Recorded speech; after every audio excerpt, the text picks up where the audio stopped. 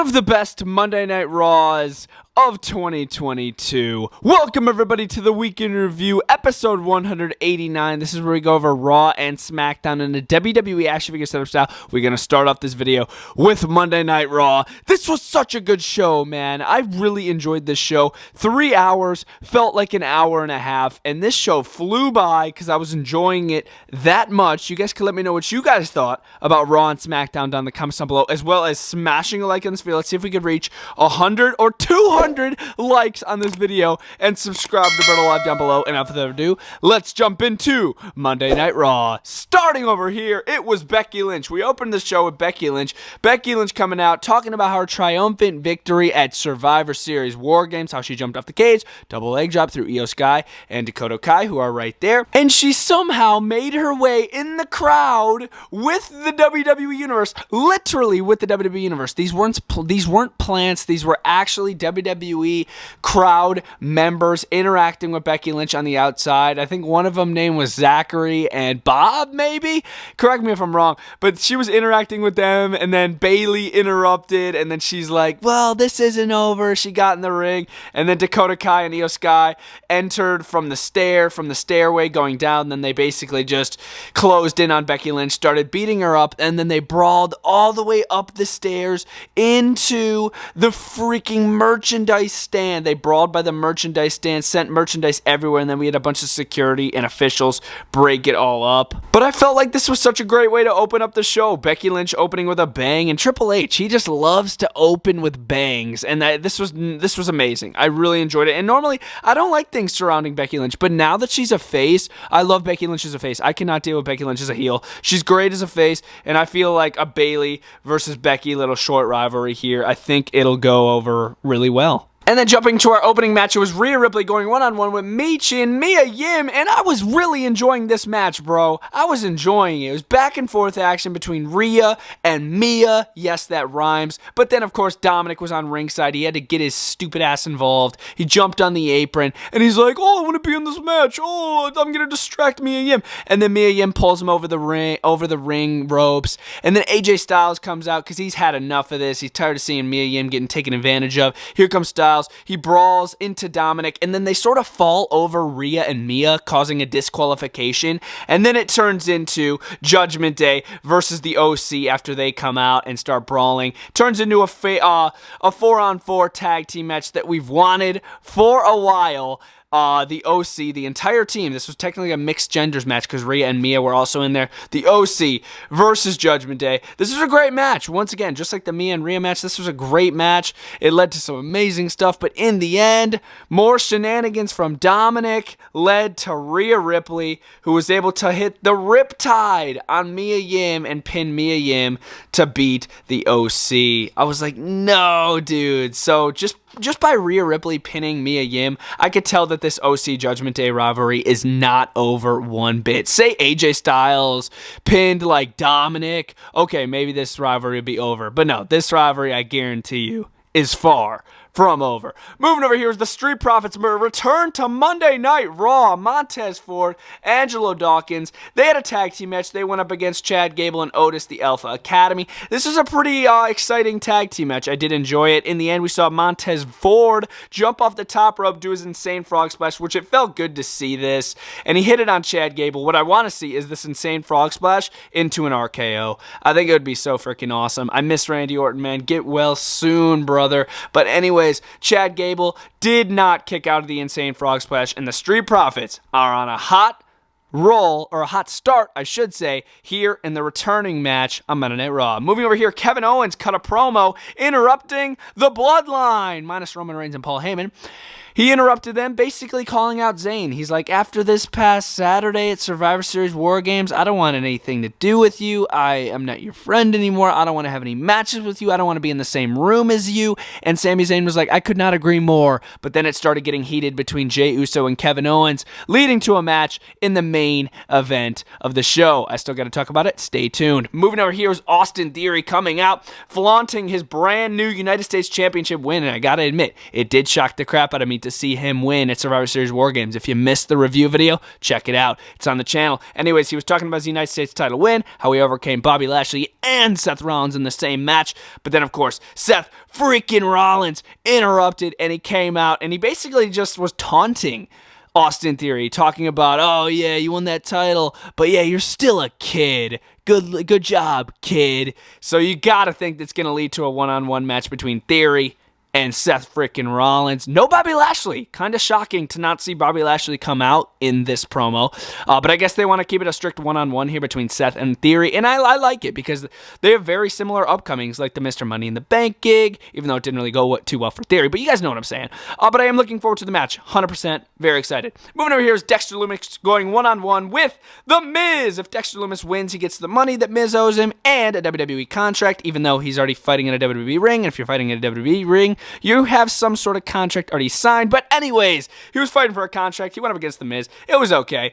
Definitely a decent match. Probably the best out of this entire rivalry between Dexter, Gargano, and Miz.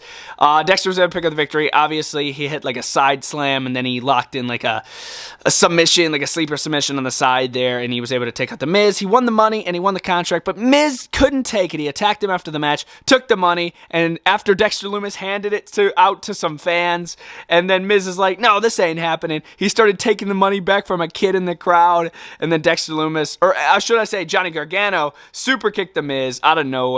And then Dexter Lumis left with the money and a job, that being with WWE. Pretty cool. I'm interested to see what Dexter's going to do. He reminded me a lot of a droid in the match. He was just moving like a robot. Like Miz put a C-clamp on his head. He was unaffected. It was just weird, dude. Dexter's a unique character. I'm interested to see what he's going to do, if anything. Moving over here, Candice LeRae went one-on-one with Dakota Kai, and this was the weakest match of the night, in my opinion. Of course, Candice LeRae just looking for some redemption after what Damage Control did to her by injuring her in that backstage segment. Candice LeRae was able to pick up the victory. She hit a wicked neckbreaker off the middle rope to Dakota Kai after a pretty long, kind of boring match.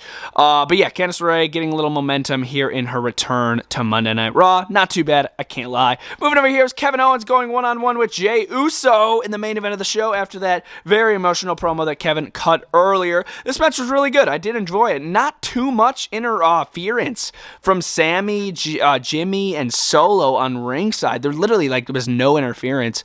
And then Kevin Owens in the end, running out of TV time for Raw, Kevin Owens hits a stunner really fast. 1, 2, 3 on main event Jey Uso, and he pins Jey Uso center of the ring. 1, 2, 3, rolls out of the ring before the Bloodline could get a hand on him, and the show ends just like that. I felt like this was a little rushed, but I did enjoy the match. As far as this entire show goes, I loved it. You guys know I love Kevin Owens. I love Jey Uso. I love the Bloodline. This was a great match, and I want to see Kevin Owens versus Roman Reigns again, even though Kevin would lose.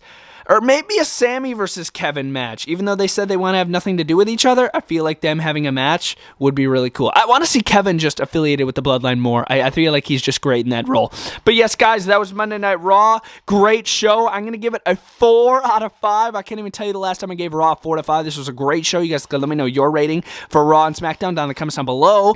And continuing the weekend review with actually a pretty decent episode of SmackDown. We are going to jump right into our opening match. It was Sheamus going up against Sami Zayn, the honorary Uso, but not even the honorary Uso, Sami freaking Uso. Before this match went down, there was actually a little promo talking about how Jey Uso and Jimmy Uso agreed that Sami Zayn was the reason that the Bloodline won at War Games, so they were just giving him their appreciation. Then, of course, it jumped into a match, like I already said. Sheamus, Sami Zayn, one-on-one. This match was really, really decent. Of course, you had the Usos trying to get involved. There was a little brawl between the Usos and Ridge Holland and Butch on the outside, but then Solo was the ultimate factor in making sure that brawl went the Bloodline's way. The referee got distracted as Sheamus was about to put away Sami Zayn. Jey Uso, keep that in mind, Jey Uso super kicks Sheamus to assure that Sami Zayn picks up the victory, helping out and solidifying his relationship with Sami Zayn even more. I love it.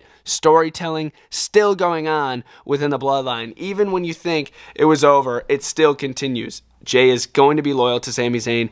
By the looks of it, he's going to be loyal to Sami Zayn. Right after that, we had Bray Wyatt. He had another little promo backstage talking about how he didn't attack LA Knight. He literally basically just repeated what he said last week, how he didn't attack LA Knight. I'm not really sure where they're going to go with this.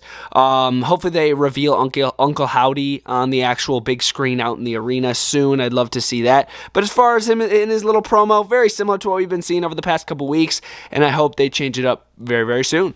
Moving over here, it was Emma going one-on-one with Shayna Baszler one-on-one. This match was okay. Pretty easy win for Shayna Baszler. She locked in the Karafuda clutch on Emma, and Emma had to tap out.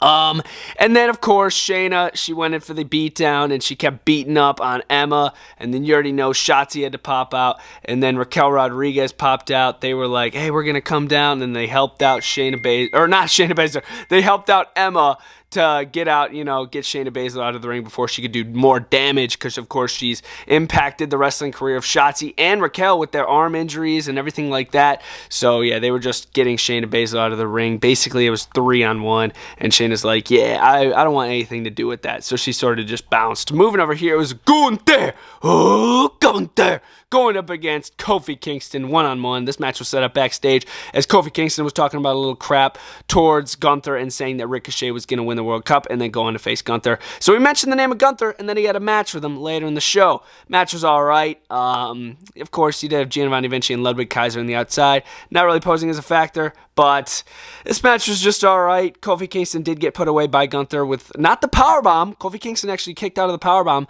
the former finisher of Gunther, but then he used a brand new finisher that I forgot the name of, but Michael Cole had said it. It's sort of like a modified sidewalk slam type maneuver. It was really cool, and he took out Kofi Kingston with that. Like I said, not the craziest match, but it was pretty decent. Moving over here, it was Damage Control on SmackDown. I was like, oh man, I get enough of them on Monday Night Raw. I don't need them on SmackDown. So they came out, and they were basically just talking about how Survivor Series War Games was a fluke and that the Team Bianca shouldn't have won. But anyways, Liv Morgan interrupts. I like this from Liv. Liv comes out in the entrance stage. She's like, hey, 1, 2, 3. Seems fair. She runs down there, literally 3-on-1. She just starts beating up on Damage Control. Doesn't really start going her way, and then random music hits. I'm like, whose music is that? Tegan Nox pops out. And yes, I do have her figure, believe it or not. That is Tegan Nox from NXT. I believe she was released. I believe she was. I could be wrong on that. Let me know if I'm wrong in the comments down below. But yeah, she came out to help out Liv Morgan, then she was starting to get beat down by Damage Control. I thought it was going to be just a full-on onslaught from Tegan Nox, but Liv Morgan got the kendo stick and started whacking it over Bayley, Sky, and Kai, and then Tegan Nox and Liv Morgan took the ring, and they basically just got the best of Damage Control, shockingly. Moving over here was our main event of the show. It was Ricochet going one-on-one with Santos Escobar. This was easily match of the night. Great, lengthy match. I just freaking loved it.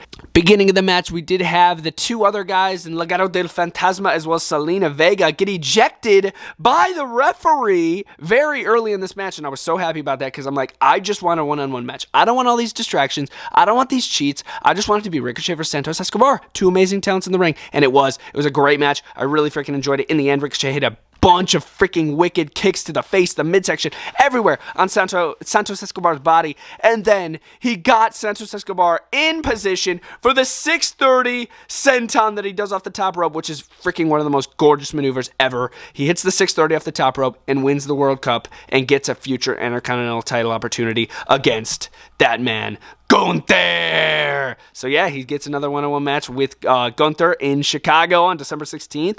Will I be there? It's up in the air. I'll let you guys know on Instagram. But yeah, Ricochet won the World Cup, the former best in the World Cup that Shane McMahon used to have. But yeah, Ricochet is the new best in the world, technically. But yes, guys, that was SmackDown, setup style. Good week of wrestling. Raw was good. AEW was decent. SmackDown was pretty good. In the end, for SmackDown here, I'm going to give it a solid 3 out of 5. It was a pretty exciting show. It's some decent matchups, decent storytelling. Definitely solid 3 out of 5 show. You guys let me know what you guys thought about the shows down in the comments below, and I'll see you guys next time. Bretto live and Ricochet out.